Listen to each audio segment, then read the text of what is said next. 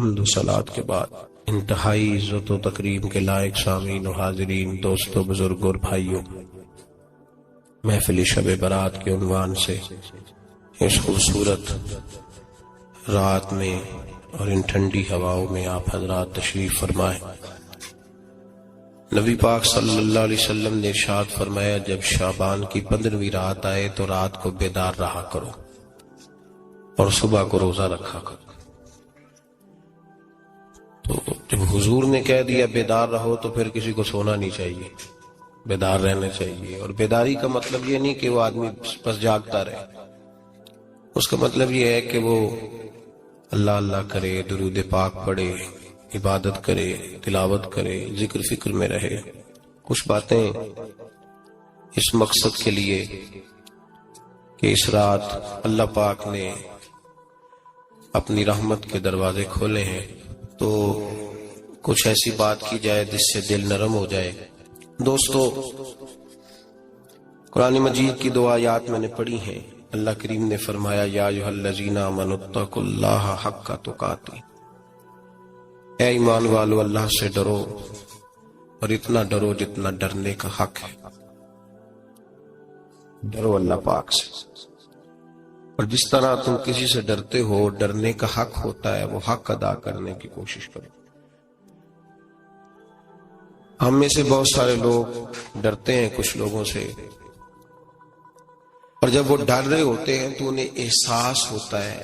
اللہ پاک نے ہمارا وہ احساس خود بیان کر دیا ہے۔ فرمایا، جب تم کسی سے ڈرتے ہو تو تمہیں اس کا احساس ہوتا ہے کہ تم کتنا ڈرتے ہو، تو پھر تم کوشش کرتے ہو کہ تم وہ کام نہ کرو جس سے وہ بگڑ جائے گا، ناراض ہو جائے گا۔ جو لوگ قانون سے ڈرتے ہیں وہ اشارہ نہیں توڑتے، کچھ بھی ہو جائے اشارہ نہیں توڑتے۔ انہیں پتہ ہے کہ یہاں اشارہ توڑیں گے تو الجھ جائیں گے، اور جہاں انہیں فکر نہ ہو کہ کوئی پوچھنے والا نہیں، وہاں ہم نے دیکھا ہے کہ لوگ اشارہ توڑ دیتے۔ اللہ تبارک و تعالیٰ نے موقع دیا، میں حرمین شریفین حاضر ہوا تو وہاں ایک روڈ دائری روڈ کہلاتا ہے۔ اس روڈ سے پیدل چلنے والے نہیں گزر سکتے۔ وہ کہتے ہیں جی اس روڈ سے پیدل والا نہ گزرے، ان کے لیے علیحدہ جگہ ہے۔ قانون یہ ہے کہ اگر کوئی پیدل آدمی وہاں سے گزرے اور اس کا ایکسیڈنٹ ہو جائے تو وہ حکومت یہ کہتی ہے کہ یہ کیوں یہاں سے گزرا تھا، لہذا کوئی مقدمہ نہیں ہو سکتا۔ وہاں ہم نے دیکھا ہے کہ لوگ اس سڑک پہ پیر بھی نہیں رکھتے، کہتے ہیں مر گئے تو بنے گا کچھ نہیں۔ یہاں بھی بہت سارے ایسے معاملات ہوتے ہیں کہ جہاں انسان محسوس کرتا ہے کہ یہ بڑا میرے لیے نقصان ہو جائے گا، تو وہ ڈرتا ہے۔ ایک چھوٹی سی بات ہے کہ رات کو کوئی آدمی اپنا دروازہ کھلا رکھ کے نہیں سوتا، حالانکہ کوئی حرج نہیں، کبھی کھلا رہ بھی جاتا ہے، اور اگر کبھی رہ جائے تو جس کی ذمہ داری بند کرنے کی ہو اس کے ساتھ پھر جو رویہ ہوتا ہے گھر والوں کا، یہ خوف ہے ہمارا اندر کا، تو بڑی شدت کے ساتھ ہم اس شخص کو سخت سست کہتے ہیں، ڈانٹتے ہیں، کہتے تو نے خیال ہی نہیں کیا، جمع پونجی لٹ جاتی تو یہ خوف ہے، یہ ہمارا اندر کا یہ خوف ہے۔ آپ بازار میں جائیں تو درجنوں لوگوں نے گن مین بٹھائے ہوئے ہیں، ان کا دل نہیں کرتا کہ اضافی تنخواہ دی جائے، کیا مطلب ہے ایک آدمی کو اضافی پیسے دینے کا، لیکن وہاں آدمی بٹھایا جاتا ہے، اس کو تنخواہ دی جاتی ہے، اس کی روٹی کا بندوبست کیا جاتا ہے، اس کے سارے ضروریات زندگی کا خیال رکھا جاتا ہے، اور پس منظر یہ ہوتا ہے کہ ڈر لگتا ہے اگر یہ شخص نہ ہوا تو ہمارے چوری ہو جائے گی۔ اللہ فرماتے ہیں کہ تو جہاں سے ڈرتا ہے تجھے پتا ہے، تو اس طرح کر کہ مجھ سے بھی اتنا ڈر جتنا ڈرنے کا حق ہے۔ یہ جھوٹ موٹ کا ڈراوا نہ پیدا کر کے اوہ اللہ معاف کرے جی، اچھا جناب بڑا ڈرتے ہیں آپ اللہ تعالیٰ سے، آپ نے تو کانوں کو ہاتھ لگائے، تو پھر آپ کیا کر رہے ہیں؟ اللہ معاف کرے جی میں تو بات نہیں کرتا، بس 2-4 آدمیوں کی پگڑی اچھالوں گا، اس سے زیادہ نہیں۔ ڈر لگتا ہے جی بات کرتے ہوئے، 15-20 آدمی بس میرے قابو آئیں، یہ کس قسم کا ڈر ہے؟ ڈرنے کا حکم دیا، اور میرے رسول کریم سید عالم صلی اللہ تعالی علیہ وآلہ وسلم نے ارشاد فرمایا کہ تو رب کریم سے دنیا میں ڈر جا، اس طرح ڈرنے کا حق ہے جب قیامت کا دن آئے گا تو اللہ تجھے ڈرائے گا نہیں بلکہ اپنی رحمت کی چھاؤں میں جنت میں داخل کر دے گا. یہاں ڈر. ایک جگہ تو اللہ نے فرمایا ڈرو، اور کچھ جگہوں پہ فرمایا کہ جو میرے علم والے بندے ہیں نا، جن کو میں نے علم دیا ہے، عالم ہے، ان کے بارے میں فرمایا کہ ان کے دلوں میں میری خشیت ہے. انما یخشی اللہ من عبادہ العلماء، اللہ کے بندوں میں سے جو علم والے ہیں وہ اللہ کی خشیت رکھتے ہیں. قرآن نے ایک جگہ کہا ڈرو، خوف کا لفظ بھی استعمال کیا، وَلِمَنْ خَافَ مَقَامَ رَبِّهِ جَنَّتَانِ، خوف بھی ہے اور خشیت بھی ہے. ان دونوں کا معنی ایک ہی ہے، ڈرنا. خوف کا معنی بھی اور خشیت کا معنی بھی، ڈرنا. جب آپ علماء لغت کو پڑھیں گے، عربی ادب کو جاننے والے لوگوں کا مطالعہ کریں گے، تو انہوں نے یہی لکھا ہے کہ ان دونوں کا معنی ڈرنا ہے. میری طرف دیکھیے، توجہ کریں، کچھ سمجھانے لگا ہوں، اس نقطے کو ضرور سمجھیے گا. خشیت کا معنی بھی ڈرنا ہے، خوف کا معنی بھی. لیکن جب صوفیاء کے پاس جائیں نا، صوفیاء جو قرآن و سنت کی روح کی تفسیر کرنے والے ہیں، تو وہ کہتے ہیں نہیں، خشیت اور خوف میں فرق ہے. خوف اور ہوتا ہے، خشیت صوفیاء اس کی تفسیر اور کرتے ہیں. وہ کہتے ہیں خوف بھی ہوتا ہے اور خشیت بھی ہوتی ہے، الگ الگ چیزیں ہیں، ایک نہیں. بڑی خوبصورت بات ہے، اگر آپ سمجھ گئے تو آپ کو فائدہ دے گی. صوفیاء یہ کہتے ہیں کہ بھائی خوف ہوتا ہے اپنے گناہوں کا، کہ میں نے یہ گناہ کیے ہیں، اگر اللہ نے مجھ سے پوچھا تو مجھے بڑا خوف آتا ہے مار پڑے گی، یہ خوف ہے. پھر سمجھ لیں، ایک آدمی نے حرام کا مال اکٹھا کیا ہے زندگی میں، معاذ اللہ اس نے بڑے پاپ کیے، گناہ کیے، شراب پی، بدکاری کی، معاذ اللہ تعالیٰ ثم معاذ اللہ. اب اسے ڈر لگ رہا کہ اللہ تبارک و تعالیٰ نے پوچھا تو میں کیا جواب دوں گا. یہ خوف ہے. اور خشیت یہ ہے کہ ایک آدمی سارا دن نماز پڑھتا ہے، روزہ رکھتا ہے، عبادت کرتا ہے، اللہ کو یاد کرتا ہے، پھر بھی ڈرتا ہے. یہ خشیت ہے، یہ خشیت ہے. جو گناہوں سے ڈرے وہ خوف ہے، اور جو رب کی ناراضگی سے ڈرے وہ خشیت ہے. جو کہے یار میرا رب کہیں ناراض نہ ہو جائے، میرا رب کہیں مجھ سے. بڑی خوبصورت مثال دی. میں نے اپنے صاحب سے پوچھا کہ حضور یہ مسئلہ کیا ہے، تو فرمانے لگے ایک بادشاہ نے ایک غریب کی بیٹی اسے پسند آ گئی تھی، تو اس نے عزت کے ساتھ اس سے شادی کر لی، رشتہ بھیج کے وقار کے ساتھ. بیٹی کا باپ اپنی بیٹی کے مقدر پر رشک کرنے لگا کہ میری بیٹی کو بادشاہ نے پسند کیا ہے، بادشاہ کے شہزادے نے رشتہ بھیج دیا ہے. شہزادہ بیاہ کے لے گیا بیٹی کو. 20 کنیزائیں، نوکرانیاں اس عورت کی خدمت کرنے پہ لگی ہوئی ہیں، اس کا ہر حکم ماننے کو تیار ہے. لیکن وہ بی بی سویرے بھی رو پڑتی ہے اور شام کو بھی رو پڑتی ہے، وہ روتی رہتی ہے. اس سے کسی نے پوچھ لیا کہ بی بی تو روتی کیوں ہے؟ 20 کنیزائیں ہیں، گھر میں سکون ہے، ہر شے ہے، تو روتی کیوں ہے؟ تو وہ کہنے لگی اصل بات یہ ہے کہ جو کچھ مجھے ملا ہے میں اس کے قابل نہیں تھی، تو میں ڈرتی ہوں میرا سائیں کہیں ناراض نہ ہو جائے، وہ ناراض نہ ہو جائے. میں قابل نہیں تھی، میری اوقات نہیں تھی. یہ من آنم کے من دانم، میں جو ہوں اس کا مجھے پتا تو ہے. اس نے میری حیثیت سے، میری اوقات سے، میرے ظرف سے، میری محنت سے بڑا بڑھ کے مجھے عطا کر دیا. میری چونکہ اوقات سے زیادہ دے دیا تو میں ڈرتی ہوں وہ ناراض نہ ہو جائے، کہیں میری یہ کھیل، یہ جو میں نے گھونسلہ بنایا ہے، یہ کہیں میرا ٹوٹ نہ جائے.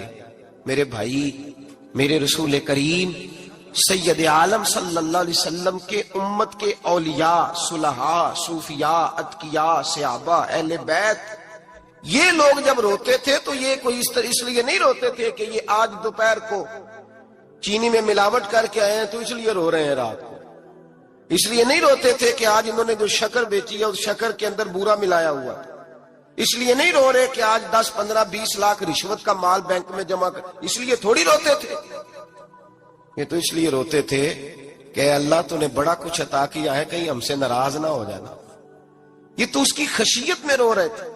حضرت داؤد طائی رحمت اللہ تعالی علیہ، حضرت امام جعفر صادق جو نبی پاک صلی اللہ علیہ وسلم کے نواسے، جناب داؤد طائی کی ملاقات ہوئی تو امام جعفر صادق حضور کے نواسے عرض کرنے لگے، داؤد طائی یار میری بخشش کی دعا کرنا، رب مجھے معاف کر دے. تو حضرت داؤد طائی رحمت اللہ علیہ فرمان لگے، امام صاحب آپ حضور کے نواسے ہیں، میں نے دعا کرنی ہے کہ آپ نے میرے لیے کرنی ہے؟ تو حضرت امام جعفر صادق رو پڑے، کہنے لگے یار تو نہیں کرنی ہے، اور اسی لیے تو تجھ سے دعا کرا رہا ہوں کہ کہیں ایسا نہ ہو نانا مصطفیٰ کی بارگاہ میں جاؤں تو وہ مجھے کہیں کہ میں کس طرح کا تھا تو کس طرح کا بن کے آیا ہے.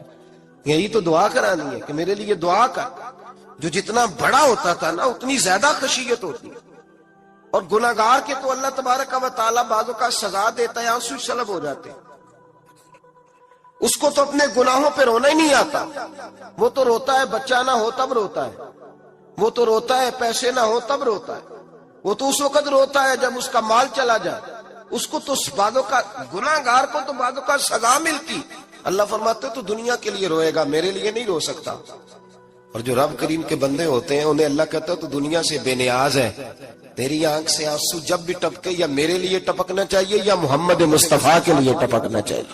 آپ اگر اس بات کو تھوڑا سا غور کے ساتھ سمجھے تو تمام اولیاء صلحات کیا یہ رو رہے ہیں، تڑپ رہے. کیا اس کی وجہ تھی؟ نمازیں کم رہ گئی تھی، روزوں میں کمی تھی، فرائض ادا نہیں کرتے تھے کہ رویا کرتے تھے؟ کیوں روتے تھے؟ حضرت سیدنا عمر فاروق رضی اللہ تعالیٰ عنہ کے بارے میں صحابہ کہتے ہیں جناب عمر فاروق جب نماز پڑھاتے اتنا رویا کرتے تھے کہ 7ویں صف تک ان کے رونے کی آواز جایا کرتی. 7ویں صف تک ان کے رونے کی آواز جاتی. ہم لوگ بن کے بیٹھ گئے ہیں، ہم لوگ بن کے بیٹھ گئے. ہم یہ سمجھتے نہیں کہ ہماری حیثیت کیا تھی اور رب کریم نے ہمیں نوازا کیا ہے. آپ پڑھیے کتابیں. میرے رسول پاک صلی اللہ علیہ وسلم فرماتے ہیں میرا عمر جس گلی سے گزرے شیطان رستہ بدل جاتا ہے. نبی پاک فرماتے ہیں میرا عمر جب تک دنیا میں رہے گا دوزخ کو تالا لگا رہے گا. اس صاحب عزد الغابہ نے لکھا ہے نبی پاک صلی اللہ علیہ وسلم نے حضرت جبریل امین کو بلایا، فرمایا چل میرے عمر کی شان بیان کر.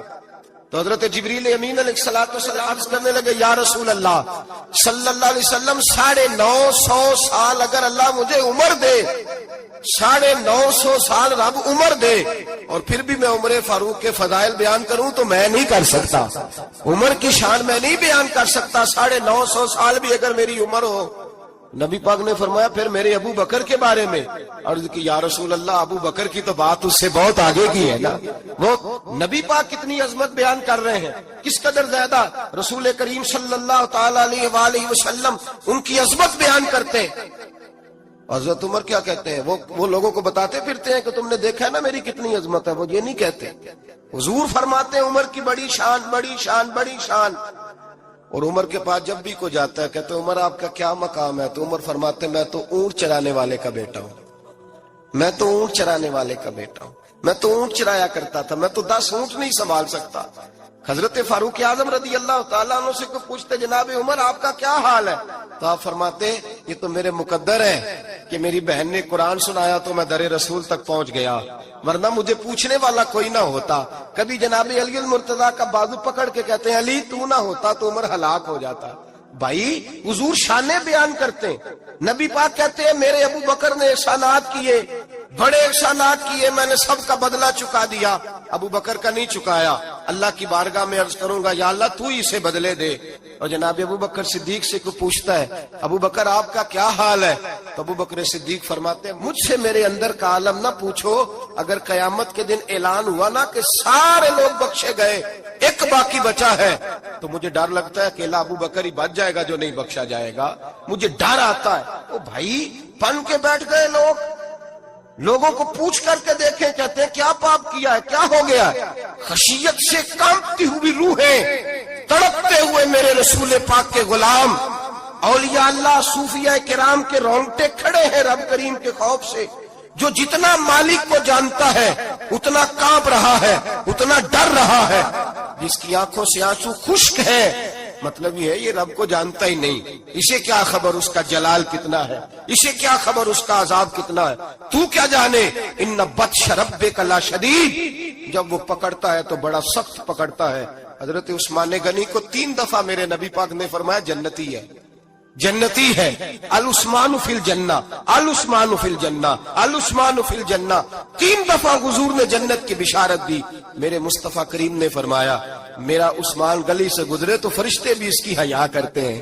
جناب عثمان غنی جن کو میرے نبی نے 2 بیٹیاں دے کے کہا عثمان میری 100 بیٹی بھی ہوتی، ایک کے بعد دوسری انتقال کرتی جاتی تو میں ساری تیرے نکاح میں دے دیتا، وہی حضرت عثمان غنی قبر پہ کھڑے ہیں حضور کے وصال کے بعد، ایک قبر پہ کھڑے، آنکھوں سے آنسو جاری ہے، داڑھی ساری آنسوؤں سے بھر گئی ہے، روتے ہی جاتے ہیں، روتے ہی جاتے ہیں۔ غلام کہتا عثمان یار رونا ہمیں چاہیے، رونا ہمیں چاہیے، جن کو کوئی بشارت نہیں اور آپ کو تو 3 بشارتیں، روتے کیوں ہو؟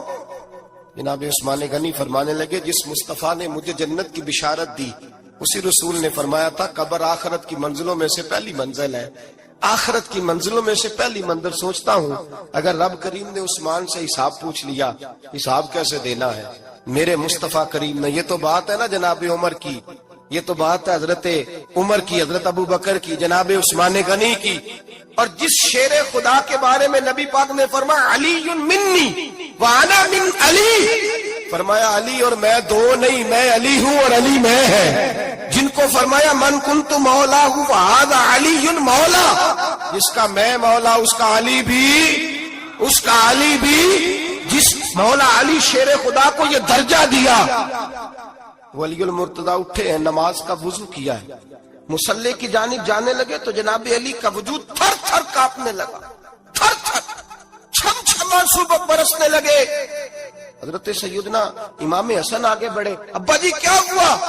فرمایا حسن ڈر رہا ہوں، مالک کی بارگاہ میں جا رہا ہوں، کہیں رب علی کو دھتکار ہی نہ دے، کہیں مالک علی سے حساب ہی نہ پوچھ لے، کہیں اللہ تبارک و تعالیٰ ناراضگی کی نظر سے نہ دیکھے۔ او بھائی ہم لوگ اتنے دلیر، اتنے تگڑے، اتنے سیاہ، اتنے عقل مند، اتنے گناہوں کے پیچھے پہاڑ ہیں، لیکن مجال ہے کوئی ایک قطرہ وہ آنسو جو ہم نے سنبھال کے رکھے ہیں دنیا داری پہ بہانے کے لیے۔ کبھی اپنا حساب کر، کبھی سوچ، روز شکوہ کرتا ہے، کہتا ہے میرے پاس پیسے نہیں، گاڑی نہیں، کار نہیں، کوٹھی نہیں، سرمایہ نہیں۔ کبھی سوچ جو کچھ ہے اگر رب کریم میرے اور آپ کے اعمال دیکھے تو ہماری حیثیت ہے کہ وہ سارا کچھ ہمیں دیا جاتا، ہماری اوقات تھی کہ وہ ہمیں دیا جاتا جو اس نے دیا ہے۔ ٹٹول کے دیکھیں، عمر گزر گئی شکوے کرتے، ذرا پلٹ کے دیکھیں، اگر ہمارے گناہ اور ہماری نیکیاں اکٹھی کی جائیں تو ہم جزا والے نہیں سزا والے نکلتے ہیں معاذ اللہ۔ محمود غزنوی بڑا پیار کرتے تھے ایاز کے ساتھ، بڑا پیار کرتے تھے، نوازا کرتے تھے، روز کوئی نہ کوئی تحفہ ملتا تھا ایاز کو۔ کچھ حسد کرنے والوں نے کہا محمود تو اسے تحفے دیتا ہے اور یہ جنگل میں اسلحہ اکٹھا کر رہا ہے، یہ تیرے خلاف علیحدہ سے فوج تیار کر رہا ہے، کچھ وقت آئے گا یہ تجھے چھوڑ کے علیحدہ سے بادشاہی کا دعویٰ کر دے۔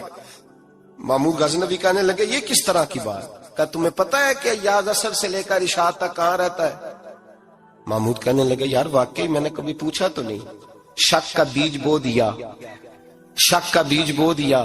محمود غزنوی کہنے لگے اچھا آج میں پیچھا کروں گا، تفتیش کروں گا، تحقیق کروں گا کہاں جاتا ہے، تحقیق کروں گا۔ محمود غزنوی نکلے پیچھا کرنے۔ عصر کے بعد ایاز نے جنگل کا رخ کیا، محمود بھی پیچھے پیچھے ہو لیے۔ کہتے ہیں جنگل کے بیچ جا کے ایک جھونپڑی آئی، اس جھونپڑی کے اندر ایاز گئے، دروازہ کھولا، اندر چلے گئے۔ مجھے بڑا غصہ تھا کہ ہر بات مجھے بتاتا ہے، یہ کیوں نہیں بتائی؟ جب ایاز اندر گئے تو میں نے زور زور سے دروازہ کھٹکھٹایا غصے کے ساتھ۔ ایاز نے دروازہ کھولا، باہر آئے، میں نے کہا پیچھے ہٹ۔ ایاز پیچھے ہٹے تو میں اندر چلا گیا۔ محمود کہتے ہیں جب میں اندر گیا تو میں نے اس جھونپڑی میں ایک پرانا کرتا لٹکا ہوا دیکھا، ایک ٹوٹے ہوئے جوتے پڑے ہوئے دیکھے، ایک چھوٹا سا ڈنڈا دیکھا، ایک مٹکا، ایک پیالہ دیکھا۔ میں نے ساری تلاشی لی تو چند ٹوٹی پھوٹی پرانی چیزیں۔ میں نے کہا یاز یہ کیا ہے؟ تو کہتے ہیں یاز کہنے لگا بادشاہ ٹٹول کے دیکھ لے، یہی کچھ ہے جو تو نے دیکھا ہو۔ میں نے کہا یہ ہے کیا؟ کہتے ہیں یاس پیروں میں بیٹھ گیا، تڑپ کے رونے لگا، کہنے لگا بادشاہ یہ میری اوقات ہے، یہ میری اوقات ہے، یہ میری اوقات ہے، یہ میری اوقات ہے۔ کہا کیا مطلب؟ کہنے لگا جس دن تیرے پاس آیا تھا نا تو یہ میری کائنات تھی کل، آج تیری مہربانیوں نے مجھے یہاں تک پہنچا دیا ہے۔ میں جو تیرا غدار نہیں نہ ہوتا، میں جو تیری نافرمانی نہیں کرتا، اس لیے نہیں کرتا کہ میں ہر شام آ کے اپنی اوقات یاد کرتا ہوں، اور پھر مجھے روز رات کو میرا نفس کہتا ہے اس کا وفادار رہنا، اس کا وفادار رہنا۔ تو اس حال میں تھا جب آیا تھا، اگر یہ بگڑ گیا تو پھر تجھے اپنی اوقات کا پتہ ہے نا۔ محمود غزنوی نے سینے سے لگایا، کہنے لگے آج تک تو بچا بھی اس لیے ہے کہ تو اپنی اوقات نہیں بھولا۔ ملا رومی کہتا ہے اپنی اوقات یاد رکھ، تو کیا تھا؟ تجھے ایک رات سونے نہ دے تو اپنی ٹانگوں پہ کھڑا نہیں ہو سکتا، تیری وہ آنکھ لے جائے تو کچھ نہیں کر سکتا، وہ تجھے معذور کر دے تو کچھ نہیں کر سکتا۔ 30 سال کے اونچے 7 فٹ قد کے جوان اس نے فالج زدہ کر کے ہسپتالوں میں ڈال دیے، وہ کچھ نہ کر سکے۔ بڑے بڑے پہلوان جو کہتے تھے کہ ہم اٹھے تو دنیا اٹھتی ہے، اس نے پھینک دیے من و مٹی کے نیچے، کچھ نہ کر سکے۔ اپنی حیثیت نہ بھول۔ میرے رسول کریم سید عالم صلی اللہ علیہ وسلم نے فرمایا 2 باتوں میں لوگ دھوکے میں ہیں، دھوکے میں ہیں، دھوکے میں ہیں، دھوکے میں۔ یا رسول اللہ کون سی؟ فرمایا جو صحت مند ہے وہ دھوکے میں ہے، وہ سمجھتا میں کبھی بیمار ہی نہیں ہوں گا، مجھے روز اسی طرح نیند آئے گی جس طرح اب آتی ہے، میں روز اسی طرح اٹھوں گا جیسے اب اٹھتا ہوں، میں اتنا ہی لمبا چوڑا رہوں گا جس طرح آج ہوں، میرا حسن اسی طرح قائم رہے گا جیسے آج ہے۔ تو دھوکے میں ہے، دھوکے میں۔